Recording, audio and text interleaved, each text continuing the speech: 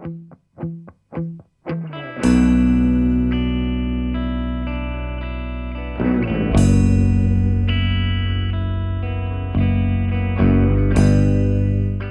groupe GSE est un groupe d'ingénierie qui associe à la fois la conception et la réalisation de bâtiments d'activité.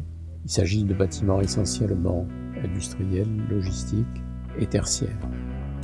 Au fil des années, le groupe s'est développé dans environ une vingtaine de pays, essentiellement en Europe, mais aussi au Moyen-Orient, en Chine et en Afrique du Nord. En France, le groupe dispose de plusieurs filiales, tout particulièrement la société CCR qui intervient pour la réalisation de bâtiments au service des PME et d'un certain nombre de réalisations en région, ainsi que la société GAM qui est très spécialisée dans la construction de centres commerciaux. Je suis très heureux d'avoir mené à son terme cette deuxième édition de GSE Challenge.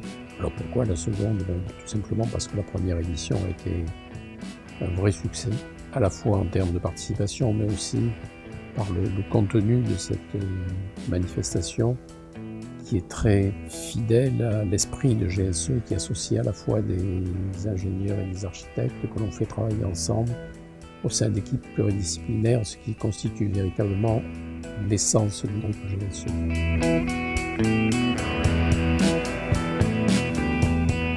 Deux facteurs essentiels nous ont guidés dans le choix du programme. Le premier est lié à l'explosion des commandes via Internet et donc du e-commerce. Le deuxième, à la prise en compte croissante des problèmes de logistique urbaine et les modifications de la distribution, ne serait-ce que par véhicule à l'intérieur d'une agglomération. En fait, ce programme est constitué de trois parties. Une première partie où l'on sollicite les candidats à propos de la conception donc, de trois éléments. Un premier élément qui est un centre de logistique mutualisé à l'attention du centre commercial et des entreprises environnantes. Ensuite, une sorte de hub lié aux commandes de e-commerce permettant de gérer l'ensemble des flux d'arrivée, de départ et de retour des produits de e-commerce, aussi bien du côté des distributeurs que du côté des acheteurs. Et enfin, un élément plus classique qui est un drive. Et enfin, en dernière partie, nous souhaitons que les candidats se penchent sur la duplication de ce complexe à l'intérieur de l'agglomération lyonnaise.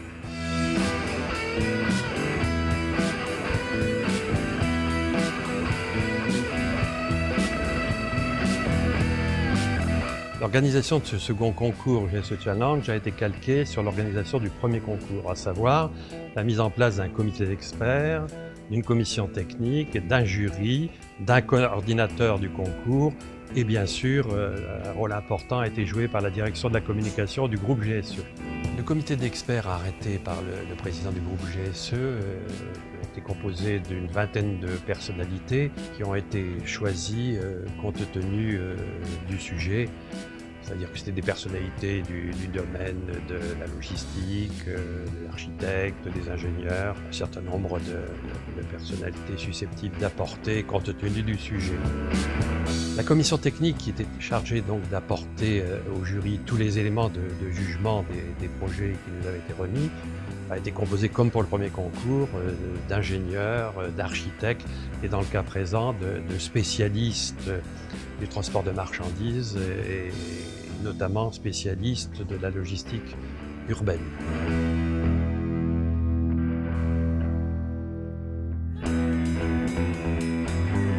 Il était bien évidemment nécessaire de retenir un site en parfaite adéquation avec la problématique centrale du concours, axé sur la logistique urbaine liée au e-commerce. Pour ce faire, nous avons donc énoncé un certain nombre de critères, parmi lesquels le choix d'une ville ou d'une agglomération d'importance qui nous permettait de massifier les commandes potentielles Internet des habitants. Ensuite, le choix d'un nœud multimodal, c'est-à-dire ne pas limiter le transport logistique au flux routier sur les voies urbaines ou périurbaines. Ensuite, il fallait donc un projet d'ampleur, un projet structurant pour l'agglomération tout entière. Ce projet devait être un projet de développement durable, non seulement dans ses composantes environnementales ou paysagères, mais dans toutes ses autres dimensions, dans sa dimension constructive, économique, dans tout ce qui était lié au transport, bien évidemment. Enfin, donc, et j'aurais peut-être dû commencer par cela, un projet qui était, ou une opération qui était portée et initiée, soutenue par une volonté politique forte, volonté politique de s'intéresser et de traiter de la logistique en milieu urbain.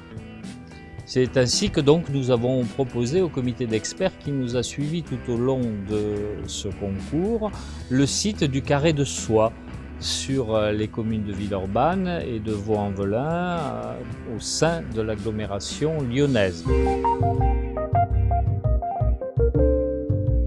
Le projet urbain Carré de Soie est né au début des années 2000 suite à une décision de la communauté urbaine de Lyon de réutiliser l'ancienne emprise ferroviaire du chemin de fer de l'Est lyonnais qui desservait des grandes parcelles industrielles et en faire un tram urbain et un tram express qui va permettre de relier le centre de l'agglomération lyonnaise à l'aéroport Saint-Exupéry, où on a essayé de développer un concept de parc habité où la nature et le végétal seraient présents.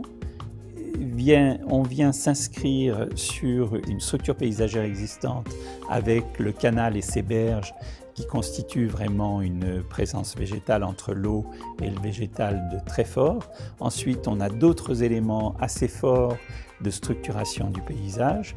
Et on part de cette structure-là en l'améliorant, en la requalifiant, en la densifiant et en la complétant pour créer une structure végétale dans laquelle va s'inscrire toutes les fonctions de la ville, les bâtiments à la fois d'habitation ou les bâtiments tertiaires qui permettront d'accueillir de l'emploi. Donc l'idée d'une plateforme logistique urbaine à cet endroit-là nous paraît extrêmement intéressante aussi parce qu'elle peut rayonner sur tout l'Est lyonnais et être un lieu extrêmement intéressant après de redistribution à partir du réseau tramway des marchandises. Je considère qu'il y a trois enjeux. Le premier est un enjeu de qualité de la vie, est un enjeu de paysage, d'insertion des immeubles dans le paysage. Je pense que la qualité des paysages français dépend beaucoup de l'urbanisme et de l'architecture. Et je dois dire que dans le récent passé, ce n'est pas brillant. Le deuxième enjeu, c'est un enjeu économique, c'est-à-dire qu'il faut que ce type de construction soit localisé et ensuite investi de façon économique. C'est une question de coût d'investissement, c'est une question de coût d'exploitation. Et troisièmement, c'est un enjeu de fonctionnement. Il faut que l'architecte, quelque part, se soucie du fonctionnement de son immeuble, du fonctionnement de son projet, plus que de ses façades. L'ensemble des projets a révélé des architectes, des ingénieurs et peut-être des urbanistes de talent qui, quelque part, ont essayé de faire quelque chose de sérieux, de professionnel. Et vu le temps qui leur était imparti, je trouve que le résultat est assez formidable.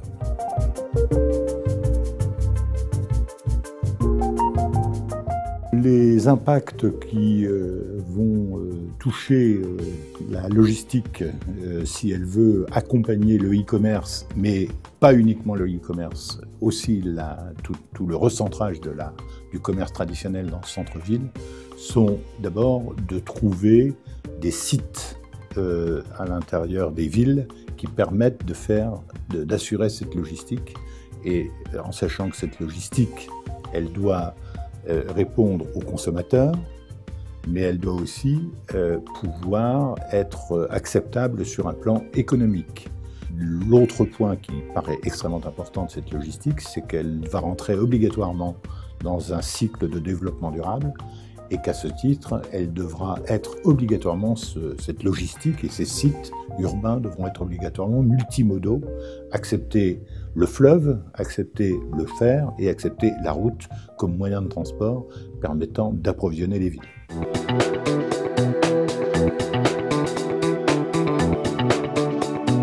La logistique, par définition, avait toujours été rejetée par les pouvoirs publics à l'extérieur des villes parce que aussi bien la logistique, si vous voulez, des entreprises avait été très bien intégrée. Tout le monde voyait l'utilité de la logistique inter-entreprise, c'est-à-dire dans le système de la production, mais au système de la distribution, par exemple, et en particulier pour la ville, tout le monde avait plutôt rejeté les fonctions logistiques à l'extérieur en pensant que ce n'était qu'une fonction qui n'avait pas une très forte valeur ajoutée, qui n'était pas belle parce que les entrepôts n'étaient pas beaux et parce qu'on avait des nuisances liées à la circulation, à la pollution, au bruit, etc.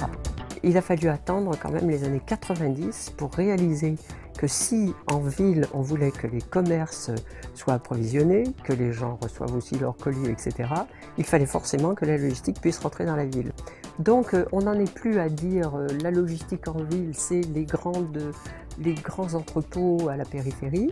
C'est plutôt, on a une déclinaison, les grands entrepôts qui vont être plutôt les zones logistiques juste à la périphérie, puis les hôtels logistiques en bordure de ville, puis après une déclinaison d'espaces logistiques de proximité, puis au bas des immeubles des systèmes un peu de consignes pour que les gens puissent récupérer leurs paquets.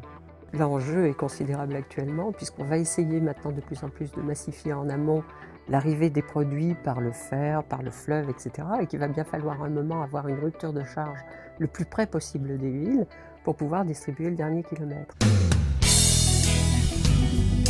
Donc il y avait une particularité du concours qui était liée à l'entreprise et liée au sujet, qui coïncidait vraiment, enfin qui correspondait parfaitement à l'école des ponts, c'était le rapprochement très fort entre les cursus archi et les cursus ingénieurs. Donc on a fait ce concours dans le cadre de notre dernière année à l'INSA, puisque donc pour cette dernière année on a un projet qu'on doit concevoir dans sa globalité côté ingénieur. Et nous, étant tous les quatre intéressés par l'architecture, donc on est même la plupart en double cursus architecte, on voulait plutôt aussi élargir le sujet à un sujet d'architecture. Et GSE proposait ce concours qui justement porte sur les deux sujets, le côté ingé et le côté archi. Et c'est ce qui nous a particulièrement intéressés. Sur un CV, dire qu'on a participé à un concours déjà, c'est la démarche volontaire est très valorisée. Et en plus, si on a un prix, c'est d'autant plus valorisé puisque ça montre qu'on a un certain talent. C'est vrai qu'on avait une logique tous les trois de s'insérer dans le concours pour créer une vraie équipe déjà et tester nos capacités à travailler à trois. Ce qui nous a permis de se rendre compte qu'on était capable de créer un projet d'envergure, puisque le projet était mixte et complexe, qu'il était adressé aux ingénieurs et aux architectes. Et nous, c'est un côté qui nous intéresse dans la construction, d'avoir un peu les deux aspects, sachant que chacun a des formations un peu différentes. Richard a une formation un peu plus d'ingénieur et nous, on est très intéressés aussi par ce côté-là de l'architecture.